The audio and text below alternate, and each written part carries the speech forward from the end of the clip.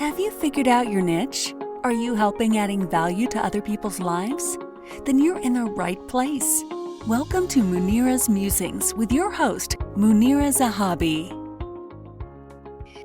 Greetings from Chicagoland. This is Munira, your niche navigator, coming to you. Everybody, thank you so much for joining us. We bring you a guest every single Monday, and we showcase them because they've done extraordinary things. Our guest today is Alea Carter, and she is amazing. We've met a few years ago. We've done a few projects together, a few classes together, but she's on to doing more and more things that are impacting women, young women, not older women, but young, pretty women in their lives. So welcome to our show, Alea. How are you? Hi, Munira. It's so awesome to be with you here with you once again. I think it's been about a year or so since you and I did something similar to this before, but it's so good to see you always. You look wonderful. Life is treating you well. I'm really excited to be here. I always look forward to the opportunity to share my life story and how I got to where I am today.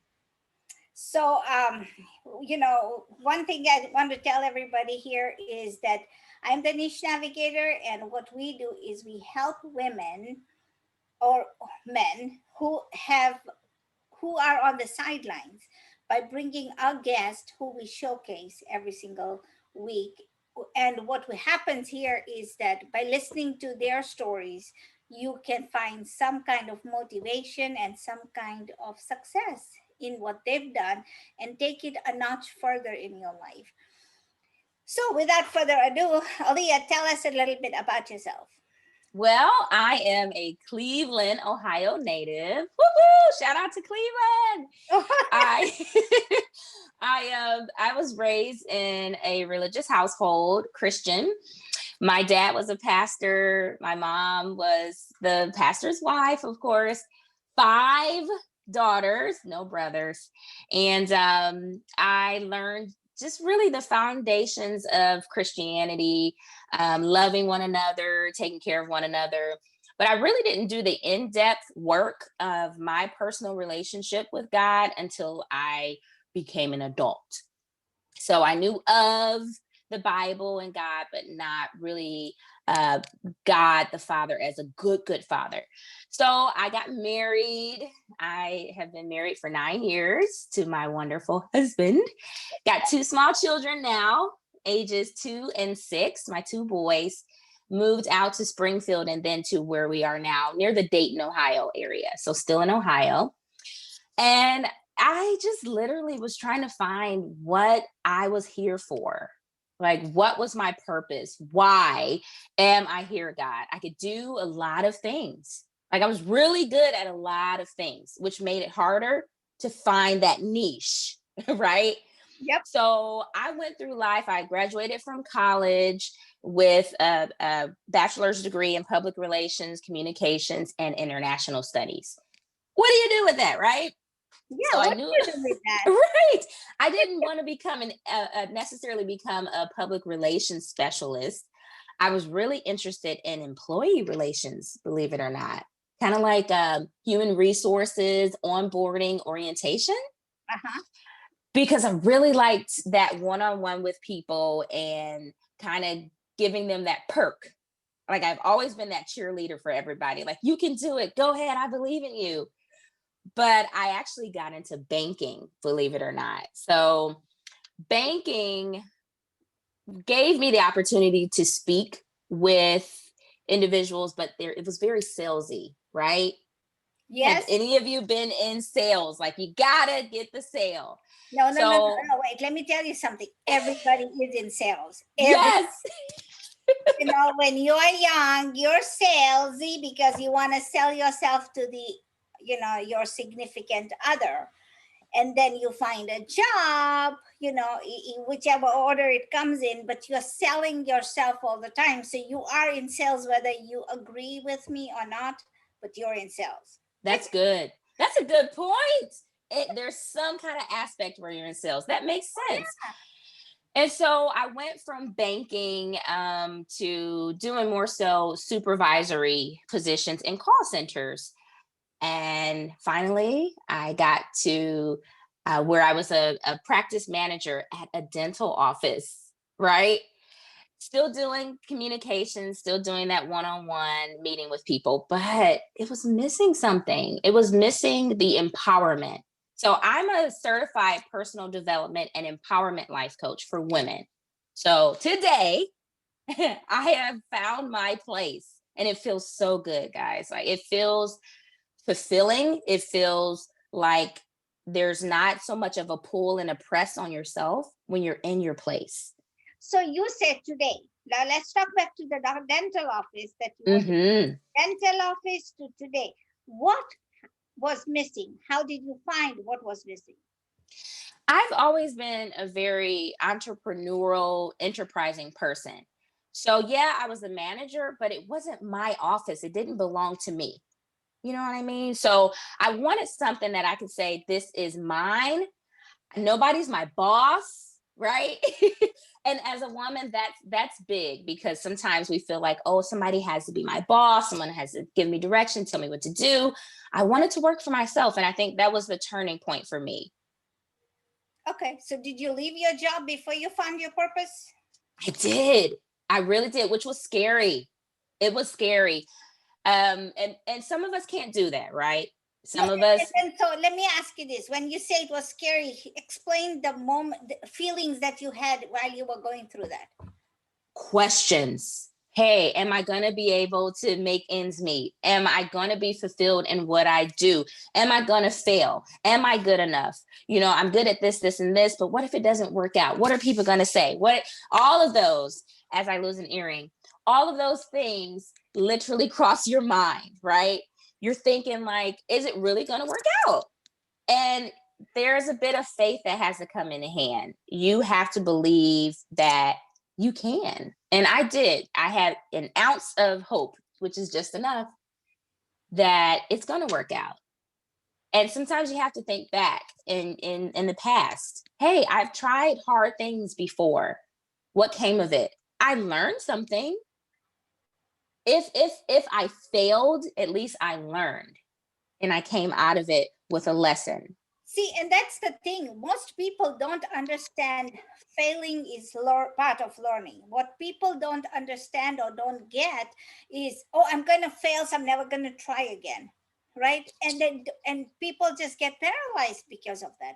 So what do you tell people who are in that realm of fear and, oh, I'm not going to pass this, I'm not going to overcome this? What do I do? How do you help those people? Tell them that either way, it's going to be a challenge. It's going to be a challenge if you stay where you are because you'll feel unfulfilled. You'll feel like there's more to life than this. And you're putting work in, believe it or not, staying there. And it's going to be work and it's going to be a challenge if you step out of the box and do something new. So pick your challenge. You know, as the niche navigator, I find people out there who are scared. And I am not saying they shouldn't be scared, because scared is, I call it the fear as a shadow, right? It follows you everywhere.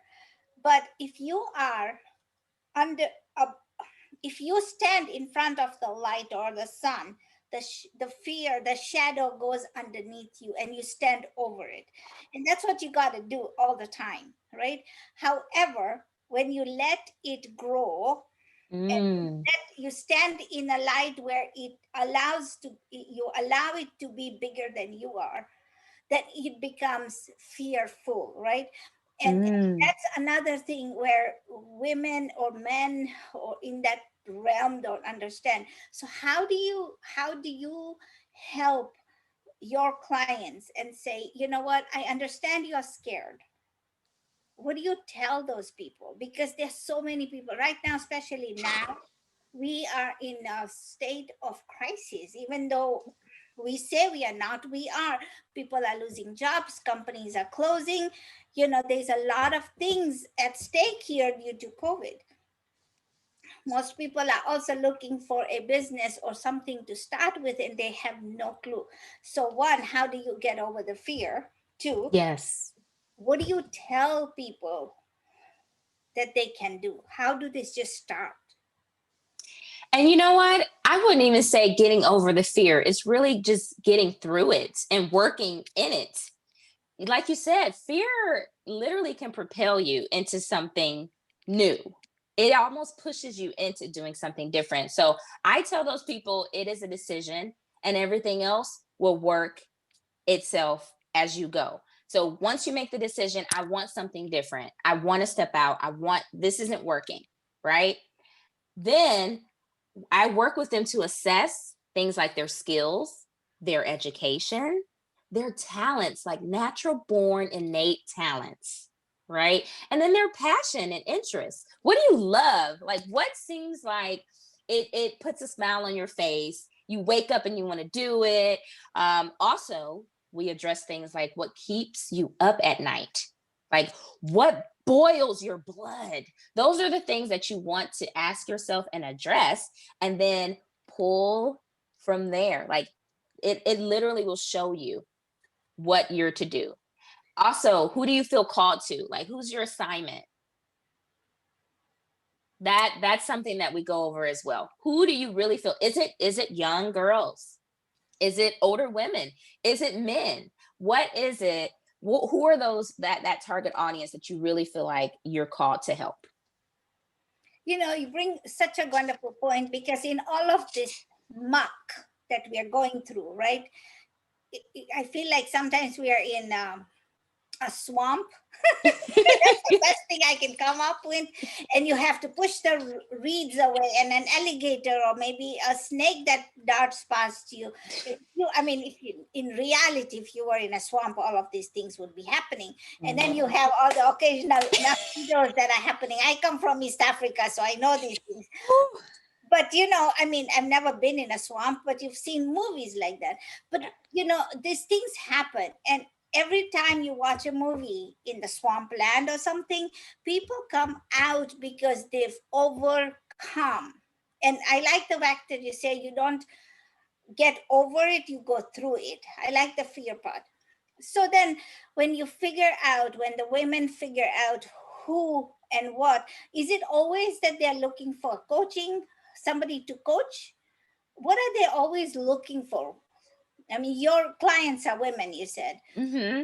So what are these women looking for? We are always searching for something. What's the common denominator that you found? Three things. And that's what I build my coaching practice on: clarity, encouragement, and accountability.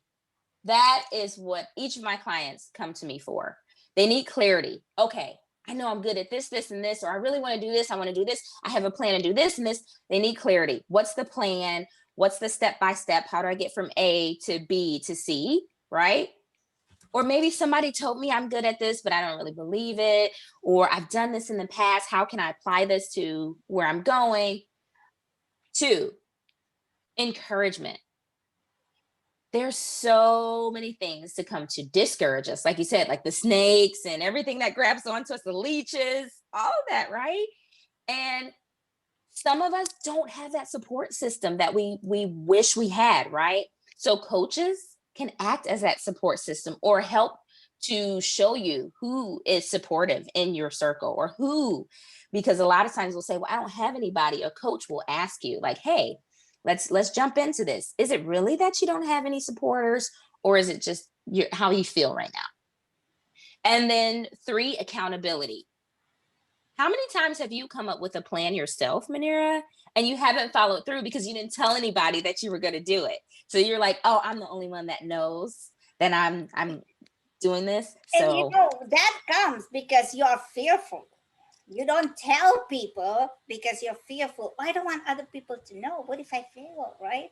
Those questions do come, and they come regardless of age, sex, or background, right? Yes.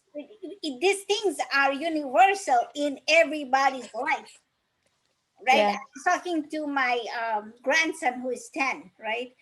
this weekend, and I asked him something, and he goes, "But what happens if I don't?" He's playing soccer. He goes, "What happens if I don't score a goal?" He's already thinking about Yes. fear, and I'm like, "Are you having fun?" But it doesn't matter. The point is, it doesn't matter what age you are. If you're a boy or a girl or whatever you relate with, or whatever ethnicity or background or country or whatever you come from, these thoughts are universal. So just walk through them.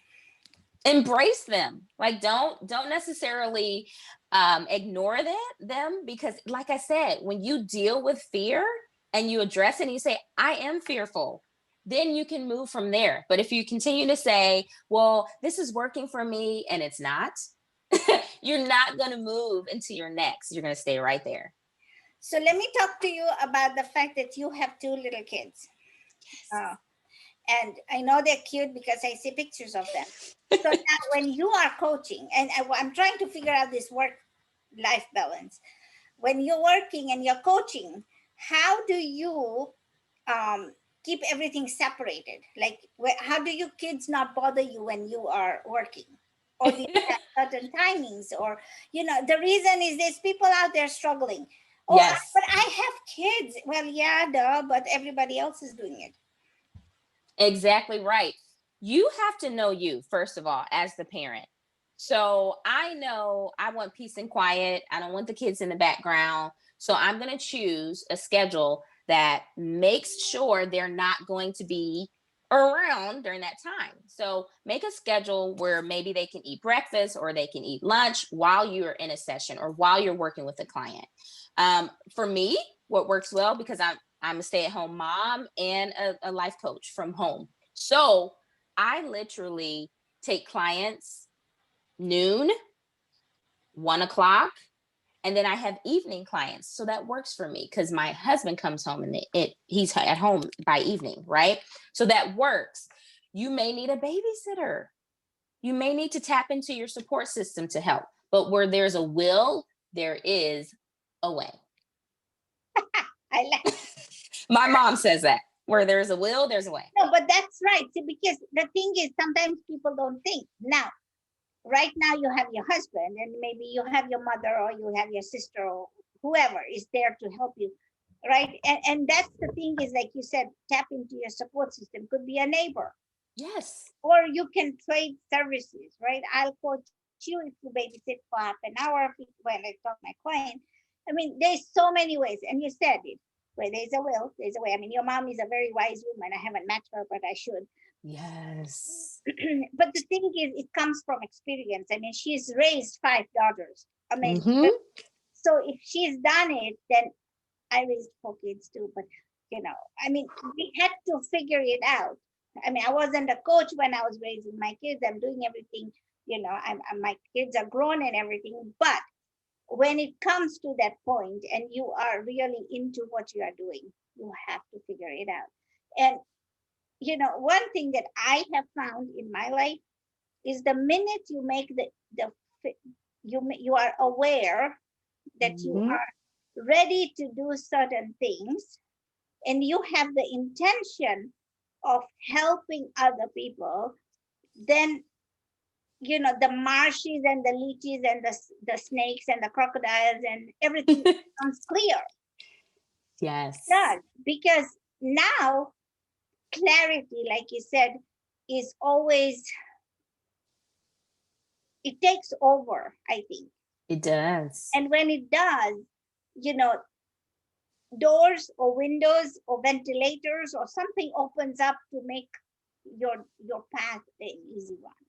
Wow. That's so good, Munira. Like, I hope you realize how deep you are. And what you just said is so good. And a lot of people are literally going into a situation thinking the worst. And it's okay, guys. Like, I know I've been there, right? I'm sure you've been there, Munira. We've all been there where we're thinking, what if, what if, what if? But what if it works? Yeah. What if it works in your favor? You won't know if you never try. Everybody is in a different stage. Like, yes, year and a half ago when we talked, I was in a stage where I was with my husband who was very, very sick, and I was juggling his health plus my interviews and my business plus this and that. And then I made a decision that he's getting to a point where I just need to stop my business. So you have to figure out your priorities, and that happened. And I'll tell you, everybody this who's listening, is that sometimes you just have to figure out your priorities. There's one lady that I interviewed on my show said to me, Munira, live in the moment, don't have any Mm. regrets, right? And some Yes. people are so into their businesses with their kids that they give it away, and they don't spend time with their children. Or with me also, in the first beginning, I got to a point where I was very, very frustrated because I didn't understand why my husband needed me so much. And then when Mm-hmm. I said that, I realized, I need to make a decision. Let's just do it. So I tabled my business, I tabled my interviews, everything just went down, Yeah. shut down. I would occasionally go to Facebook and look and listen, but I wasn't like an active user. Yeah. That happened for almost 20 months, almost 20 Mm. months. And my husband Wow. passed away this January this year. And it Sorry. devastated me. But what happened there is I'm at peace. I have an uncanny sort of peace where I didn't choose business over him. So now, Yes. and my friends say he made headway so that you can now work on your business. I don't see it that way, but maybe I will in a few years. I don't know. But right now, the fact is that you have to pick and choose. So you have it, but I'm not saying don't give up your idea. While I was doing that, I was reading, I was making notes, I was finding and feeding myself, but I wasn't giving up on my dream. I would be at the doctor's office, and I literally wrote my book at the doctor's office in front of Yes. people, and make an observation and write my notes in my phone, because your phone is always with you. Yes. So just write notes, and that's how my book became whatever. But what I'm saying is, like, to everybody who is listening, is that choose your priorities, because yes, you'll find a way, but don't give up on the best things, because your kids are going to grow up, right? Mm-hmm. Your business will be there, you'll still be struggling. And like Steve Harvey, he's my favorite person. I know. Like, the road to success is always under construction. That's True. what he says. And he want it's amazing that he says that, because the minute you reach to a threshold, you want more, and so again you want to Mm-hmm. take the next step, and again that road to construction is happening. So he says it, in very good words, that let it be. But what I'm saying to people is, start somewhere. Yes. So even if it means that you have priorities, try to figure out what you can do, because that moment that you have in your life can change somebody else's life. And Yes. I'll give you an example. If there was a woman in the supermarket or somewhere that you would see, who has a 2-year-old like your son, and she's doing something not right the way we think, we are always right, but she's doing something wrong, then we always want to go and say, don't do that, let's go figure this out. Mm. Maybe you can teach a few women something about what you have learned, and maybe that would be good advice. And that's how we become impactors. Yes. That's so good. And you said so many good things there. It makes me think about the difference between balance and harmony. And I think sometimes we're really trying to balance everything so perfectly, like this, when in actuality, life isn't so perfect like this. So you may have work and family, and then family and work. So really having that support system, sometimes understanding, you really want more so harmony. You want everything to work well. Some days I'm able to give more to my children, some days less. And then my husband has to kind of help out, or my support system has to help out, right? Or sometimes, like you said, you have to put the work on back burner for a few days or weeks or months so that you can focus on this over here. It's okay. You're not all things to everybody, right? You have to find that harmony of life. Wear the hat, the appropriate hat at the same moment. Alea, it was wonderful to talk to you. Tell us where we can find you. Absolutely. So visit my website, which is www.justbewholelifecoaching.com. You can visit my personal page on Facebook, which is Alea Danzy Carter, or my business Facebook page, which is, I think it's Alea Carter Personal Development Life Coach. You can fill out a contact form on my website if you're interested in some life coaching sessions. I would love to help. Awesome. There you go, ladies and gentlemen. This is a woman who helps people with a smile on her face and juggling 2 kids. So, if you have children and you're figuring it out, then let's go figure it out together. I have always believed that togetherness makes us pivot faster because it helps. So, collaborate. Who knows? Ladies and gentlemen, Alea Carter, if you like this, our show, please go ahead, like, share, and subscribe to our channel, and we will talk to you next week with another guest. Thank you so much. Thank you. Thank you for listening to this episode of Munira's Musings with your host, Munira Zahabi. If you enjoyed our show, please share and subscribe to this channel. And for more content, please join our Facebook group.